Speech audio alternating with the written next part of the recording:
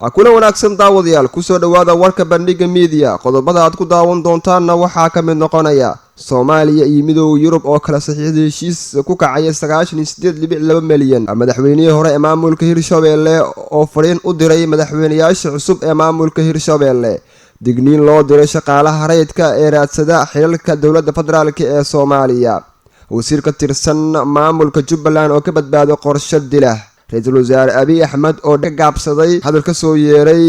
hogaamiyaha Tigrayga inta daawadayaal waxay ahaayeen qodobada wararka bandhiga media kuwa ugu waaweyn iminkana u diyaar garooba isagii oo fidsan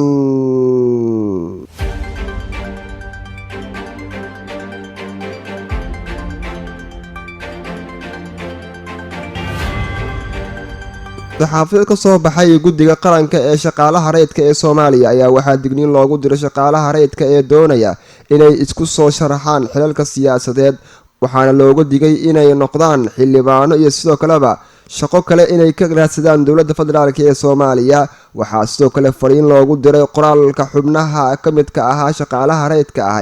ee qabta jagooyinka siyaasadeed sida kuwa ka mid noqda golaha wasiirada in ay soo gudbiyaan in shaqo kale ay helaan si aysan u dhicin arintaasi fariina loogu dirayaa dhinaca kale haddii eegno wararka ka imaanaya magaalada Kismaayo ee xarunta ku meel gaarka u ah maamulka Jubbaland ayaa sheegaya in xalay guri uu halkaasi ku yaala wasiir ka tirsan maamulkaasi Jubbaland uu ka badbaaday qarax miino ahi saraakiisha ciidanka Jubbaland ayaana sheegay in qaraxaasi miinada lagu xiray guriga uu Kismaayo ka degnaa wasiirka deegaanka iyo dalxiiska maamulka Jubbaland ciidid Saleebaan Xaashi qaraxan uu ka badbaaday wasiir ciidid ayaa waxa ku geeriyooday 3 askar oo ka tirsan ilaalada waxaana uu sidoo kale qaraxaasi waxyeelo gaarsiiyay guri uu degnaa wasiirka la weeraray wasiirka deegaanka iyo dalxiiska Jubbaland ciidid Saleebaan Xaashi oo warbaahinta la hadlay ayaana sheegay inuu nabad qabo haatan kana badbaaday qaraxaasi waxaana uuna sheegay in qaraxaasi uu ka dambeeyay kooxo cadowga waa sida asagoo hadalka uu dhigay qaraxan ayaana ku soo aadayay xilli habeen ka hor weerar bambaano lagu qaaday guri uu magaalada Kismaayo ka degan yahay gudoomiye ku-xigeenka baarlamaanka maamulkaasi Hirshabelle dhinaca kale haddaynu eegno dalka Itoobiya gaar ahaan gobolka Tigrayga waxaa ka socda dagaal xoogan oo u dhaxeeya ciidamada dawladda federaalka Itoobiya iyo xoogagga sida weyn ugu dagaalamaya ee Tigrayga dagaalkan labada dhinac u dhaxeeya ayaa sababay 100 askar inay halkaasi waxyeelo ay ka soo gaarto dagaalka halka ka soconaya dalkaasi Itoobiya qasaare dhimasho iyo dhaawac aad u fara badan ayaana dagaalkaasi ilaa intuu bilowday ka soconaya dalkaasi Itoobiya waxyeelo askartii dadka shacabka ay ka soo gaareen ra'iisul wasaaraha Itoobiya Abyi Axmad ayaana ka biyo diiday codsi ka soo yeeray madaxweynaha maamulka Tigrayga oo ka dalbaday in xiisadaasi gobolkaasi ka aloosan la soo gabagabeeyo Abyi Axmad ayaa qoraal uu soo dhigay bartiisa Twitterka ku leeyahay una ku sheegay in ay jiraan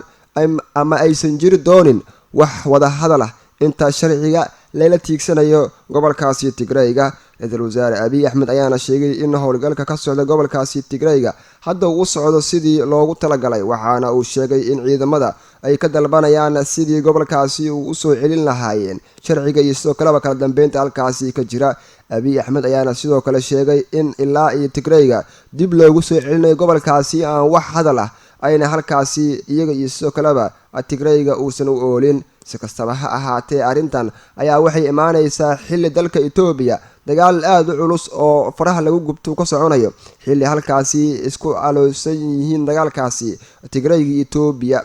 dhinaca kale haddaynu eegno Soomaaliya iyo midowga Yurub ayaa kala saxiixday heshiis ku kacaya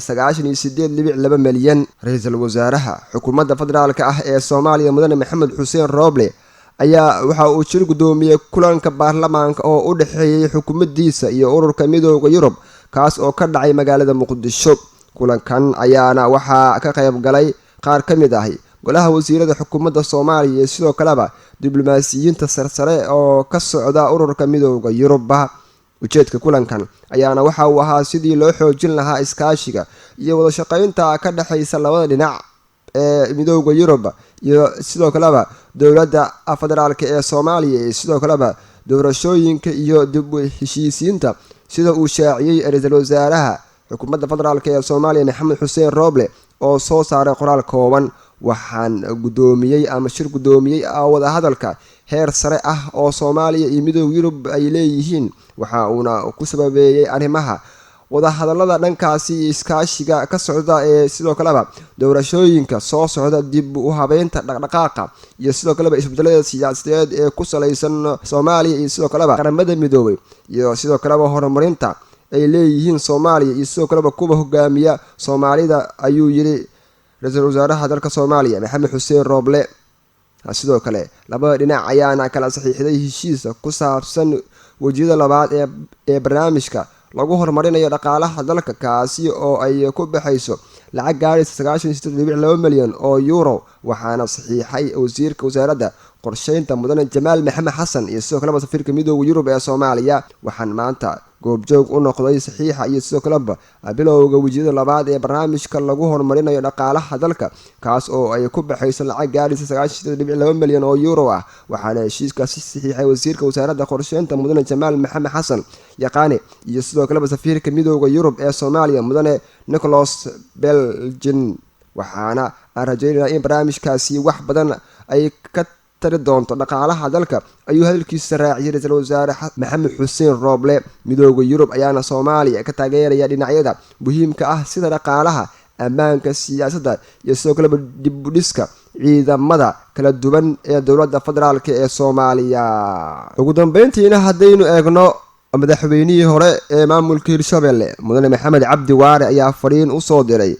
waxa uuna ku sheegay afarintaas uu soo diray hogaamiyaasha cusub ee iminka loo magacaabay maamulka Hirshabelle iyo ku-xigeenkiisaba oo lagu magacaabay magaalada Jowhar ee xarunta maamulkaasi Hirshabelle. ma u hambalyeeyay madaxweyne Cali Cabdullaahi Xuseen Guudlaawe iyo ku-xigeenkiisa Yuusuf Axmed Hagar Dabageed. waan u duceynaynaa in Ilaahay mas'uuliyadda uu fududeeyo shacabka Hirshabelle waxaan Ilaahay ugu baryaa in uu talaabadooda mideeyo uuna barwaaqo u horseedo ayuu fariintiisii gaaban uu ku yiri Maxamed Cabdi Waare ayaa hore u sheegay in